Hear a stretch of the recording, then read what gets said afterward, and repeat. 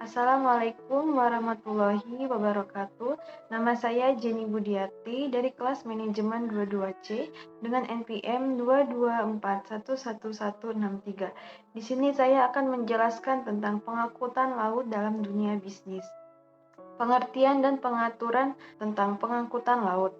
Setiap kegiatan pelayaran dengan menggunakan kapal laut untuk mengangkut penumpang, barang, dan atau hewan untuk satu perjalanan atau lebih dari satu pelabuhan ke pelabuhan lain atau antara beberapa pelabuhan. Pasal 1 Angka 1 PP Nomor 17 Tahun 1988 berkaitan dengan pengaturan transportasi laut, pada awalnya hanya diatur dalam KUHD Buku 2 Bab 4 karena KUHD ini merupakan warisan dari Hindia Belanda, namun diganti dan disempurnakan pada tanggal 17 September 1992 dengan Undang-Undang Nomor 21 Tahun 1992 tentang pelayaran. Pengangkutan melalui laut merupakan usaha pelayaran niaga yang bergerak dalam bidang penyediaan jasa angkutan muatan laut, di mana kegiatan usahanya sangat luas bidangnya, serta memegang peranan penting untuk memajukan perdagangan dalam dan luar negeri termasuk di dalamnya, memperlancar usaha arus barang dari daerah produksi ke konsumen. Menurut Jatmiko dalam Lengkas Patiwel 2012, pengertian perdagangan transportasi laut dapat dianggap sebagai suatu kegiatan dari kesibukan yang bertujuan mempertinggi arti dan kegunaan suatu barang dengan jalan memindahkan barang tersebut dari suatu pulau atau negara ke pulau atau negara lain. Menurut Peraturan Pemerintah Nomor 28 Tahun 1988 tentang Angkutan Perairan mendefinisikan pengertian angkutan laut adalah setiap angkutan dengan menggunakan kapal untuk mengangkutan penumpang, barang, atau hewan dalam satu perjalanan atau lebih dari satu pelabuhan ke pelabuhan lain yang diselenggarakan oleh perusahaan angkatan laut. Hal Nomor 28 Tahun 1999 Bab 1 Pasal 1 Ayat 2 tentang angkutan perairan. Jenis-jenis pengangkutan laut. Jenis-jenis pengangkutan laut ada 4 macam. Penyelenggaraannya transportasi laut sebagai berikut. 1. Pelayaran dalam negeri. Menurut PP Nomor 17 Tahun 1988, pelayaran dalam negeri merupakan kegiatan angkutan laut antar pelabuhan di Indonesia yang dilakukan secara tetap dan teratur dan atau dengan pelayaran yang tidak tetap dan tidak teratur dengan menggunakan semua jenis kapal.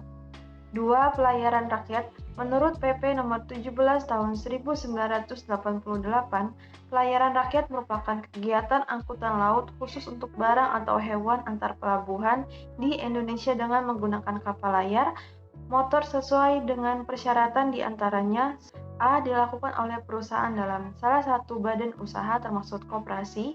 B. Memiliki unit perahu layar atau kapal layar motor dengan ukuran sampai 850 m, isi kotor atau kapal motor dengan ukuran sampai dengan 100 m. 3. Pelayaran perintis.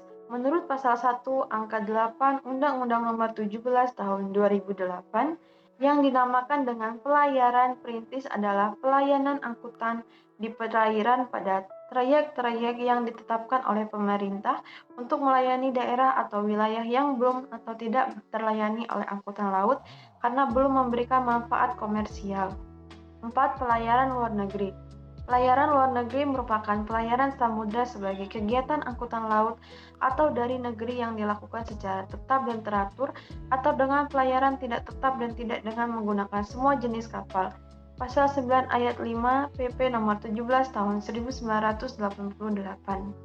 Sarana penunjang pengangkutan kapal. Pengangkutan laut mempunyai kelebihan dalam beberapa hal jika dibandingkan dengan jenis transportasi lainnya, karena dalam transportasi laut, guna kelancaran pelaksanaannya diperlukan adanya sarana-sarana penunjang seperti berikut ini.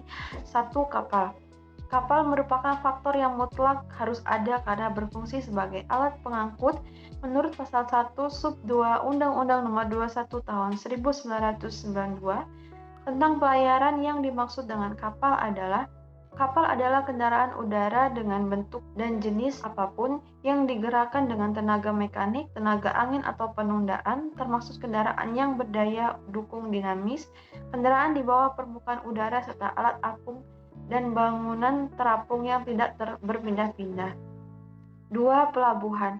Menurut pasal 1 sub 4 Undang-Undang Nomor 21 Tahun 1902, pelabuhan adalah tempat yang terdiri dari daratan dan perairan di sekitarnya dengan batasan-batasan tertentu sebagai tempat kegiatan pemerintah dan kegiatan ekonomi yang dipermasalahkan gunakan sebagai tempat kapal bersandar, berlabuh, naik turun penumpang dan bongkar muat barang yang dilengkapi dengan fasilitas keselamatan pelayanan, berlari dan kegiatan pelayanan pelabuhan serta sebagai tempat perpindahan intra dan transportasi antar moda.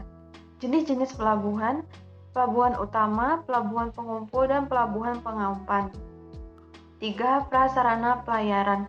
Dalam rangka melanjutkan lancar arus barang serta kelancaran dalam proses bongkar unduh dari kapal atau pelabuhan, diperlukan adanya sarana pelabuhan seperti perairan pelabuhan agar dapat melakukan dengan aman, jembatan liontin dan juga dermaga yang kuat, pelampung, pekerja atau buruh yang tersedia cukup. Pengertian pengangkutan barang. Pengertian transportasi barang tercantum pada pasal 466 KUHD adalah sebagai berikut. Orang yang mengikat diri baik dengan tukang gerobak menurut waktu atau tukang gerobak menurut perjalanan, maupun dengan suatu lain, untuk menyelenggarakan transportasi barang seluruhnya atau sebagian melalui laut. Dalam transportasi barang melalui laut terdapat subjek hukum transportasi yaitu pengangkutan, pengirim, penerima, ekspedisi, pengaturan muatan, pengusaha, pengundangan. Dari pihak-pihak yang berkepentingan ini ada yang secara langsung ikatan dalam pengangkut, pengirim, dan ada juga secara tidak langsung terikat dalam perjanjian karena yang bersangkutan bertindak atas nama pihak lain, misalnya ekspedisi, pengaturan pengiriman, penguasa pengundangan. Dalam transportasi barang dikenakan adanya suatu dokumen yang disebut surat muatan atau konosimen atau bill of lading. Tanggung jawab pengangkut dalam pengangkutan laut. Pasal 321 KUHD ini berbunyi, 1. Pengusaha kapal terkait oleh perbuatan hukum yang dilakukan oleh mereka yang dinas tetap atau sementara dari kapal itu dalam pekerjaan dalam lingkungan kewenangannya. 2. Pengusaha kapal atau pengangkut bertanggung jawab atas kerugian yang disebabkan oleh perbuatan-perbuatan melawan hukum orang yang bekerja di atas kapal untuk tujuan dalam atau muatannya dengan syarat-syarat perbuatan melawan hukum itu dilakukan dalam lingkungan pekerjaan masing-masing. Sekian presentasi dari saya akhiri. Wassalamualaikum warahmatullahi wabarakatuh.